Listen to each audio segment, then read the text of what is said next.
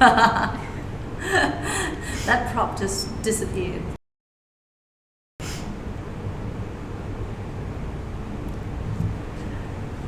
Good afternoon, everyone. We're here today on LinkedIn Live from Marketing Eye. I'm here with Morgan Doyle, a colleague of mine at Marketing Eye. Welcome. Thank you. We're very excited to be here, even though I know many of you are at home and doing the work from home thing. Very popular right now. But we're here to talk about how to market your business through the coronavirus. A lot of companies are finding it very difficult to understand what is best for their company to do over this period of time. I think it's a struggle for a lot of businesses, right. Not just marketing but running their businesses. If you think of companies like restaurants and bars, gyms, etc., a lot of people are suspending their gym membership. Christina from our Melbourne office was telling me that she was doing that today. We're not dining in restaurants. Right, you have specialty hours, so malls and department stores, grocery stores even have limited hours. So that's taking back service. Yeah. For a lot of industries, hospitality, service industries are really being hit hard. But then you also, on the flip side, have a lot of industries, say SaaS companies, for example, that a lot of work is done remotely. So they're used to this work process and flow.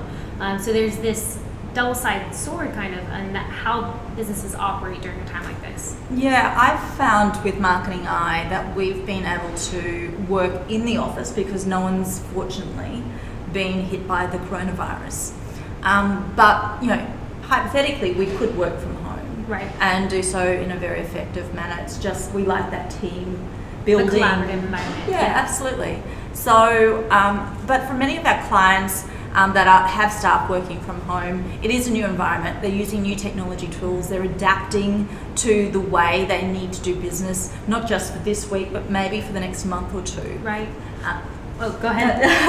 And I think that's, a transition, but that transition's fairly smooth. We have lots of technologies out there. There's, if you Google how do I work from home or how do I build an efficient team working from home, remote workers, all that sort of thing, you'll find so much information on the internet on what you need to do. Right. Well, and there's different communication tools like Skype or Microsoft Teams or different platforms that have been out for a while, but I think that they're going to see an increase in usage by even companies that don't tend to use those technologies as far as on a regular basis. Yeah, absolutely.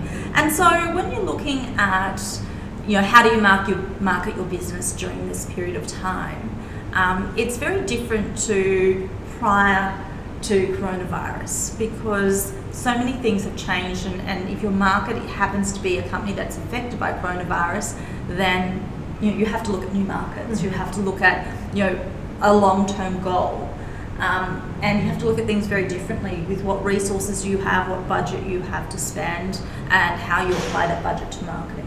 Well, and I think this reiterates the importance of having a plan in place. A lot of companies don't have a crisis management or PR or marketing crisis plan in place. And so when that happens, while digital marketing has always been very important as part of that strategy, it is even more so important now when you can't be face-to-face with clients and generating leads or word of mouth in that person-to-person aspect. It all goes through digital channels. Yeah, absolutely.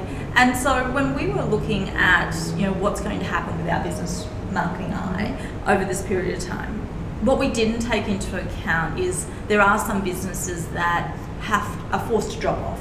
And they're forced to drop off because their entire market relies on tourism, or they're a restaurant, or they're a company that really is being affected right now. But what companies we've found have really succeeded in this period of time and are continuing to do deals are companies like technology companies, and certainly anyone in the health industry.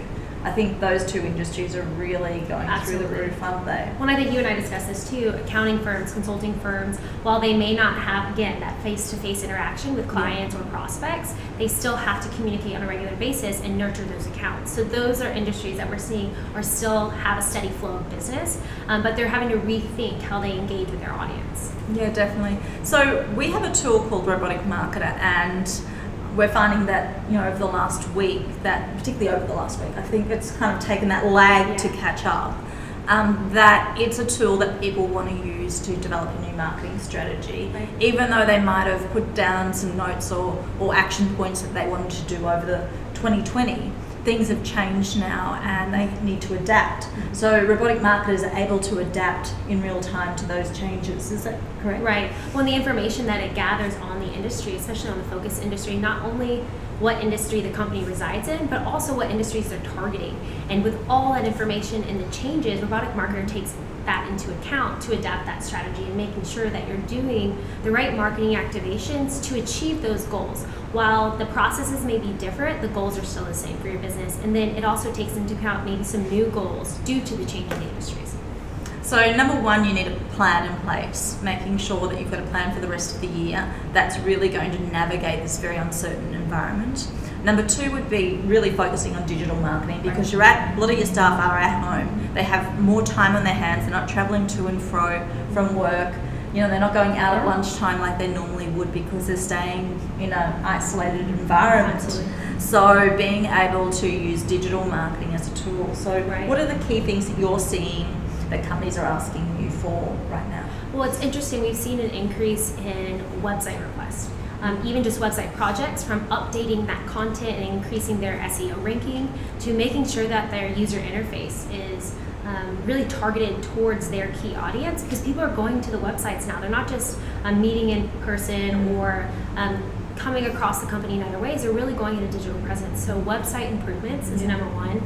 Number two is distributing company content. And that comes in forms of blogs, press releases, different activations and that sort, to where you're regularly distributing that company content so you can still stay up to date in the industry and allowing your audience to know what's going on in your business through a digital channel.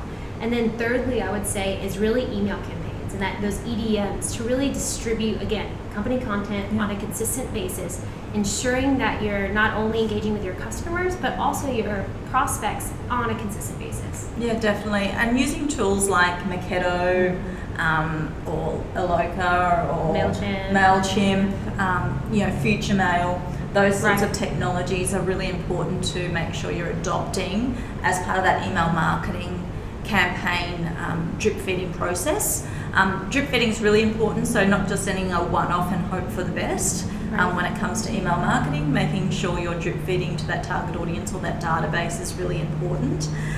Your content strategy is extremely important because it really does affect everything. It affects your email marketing side of things, it affects your website, it affects the blogs and the communications, it affects your social media, making sure that that's on brand, that's communicating the right things at the right time, and that you're actually monitoring it. It's the analytics behind it that really helps you fine-tune your marketing efforts and take your marketing to the next level.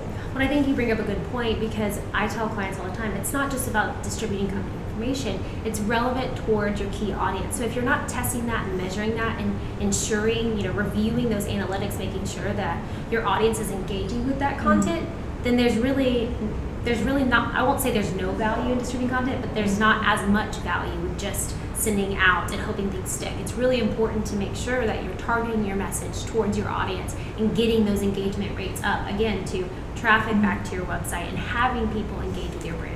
Now, people are online right now. And they're online for longer periods of time than probably ever before. I've really not seen this shift as much as it has been over the last few weeks.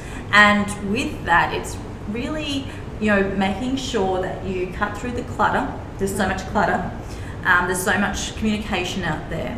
Up until really Saturday, I was fine with reading information on coronavirus, for instance. And now when it comes up in my feed, I'm either hiding that person or blocking it because it's too much. There's a saturation period of time. So, I think the doom and gloom of it all, it's a reality. It's here. We need to do the right things. We need to, wash our hands, and not come to work if we have a sniffle, all of that sort of thing. But what's really important is that we keep on moving forward, and that we, keep on doing business. Well, and I think that's the biggest part is, yes, there are a lot of industries that are being affected by it. So they have to innovatively think, how can they still gain business? Yeah. If they can. Some may be drastically affected Yeah. by what's going on in the economy right now, as well as, the businesses that can keep running. Some of those companies, types of industries that we mentioned, this is the normal process flow. They do work remote. They do engage with clients via electronically primarily. So business is not quite as normal, but they can still maintain their current business processes. So adaptively thinking about how we're doing business and how we can maintain business and continue to grow. Yeah, absolutely. And the other thing is, your team probably has a little bit more time up their sleeve for them to be engaged and supporting your business. So them liking your company tweets, Right. or your posts on LinkedIn, or making sure that they're actively participating in marketing. It's an all-in approach, and I think that's really important. And I'm glad you brought that up, because I was actually thinking about this when you said it earlier. This is a great way to start engaging on LinkedIn. As you said, Yeah. many of your employees and your teammates may be online more than usual. They may be on LinkedIn more than usual, trying to connect and get that face-to-face interaction via a picture through LinkedIn. And so as they're engaging with prospective clients, engaging in conversations, sharing company content, and this is as much important for the company to regularly distribute that content on the LinkedIn page, to give your employees and your team members that fresh content to share into their networks. Yep. Well, thank you so much for joining us today. We will definitely share some more insights with you tomorrow, and look forward to making sure that we all power through this really difficult period of time. Thank you. you.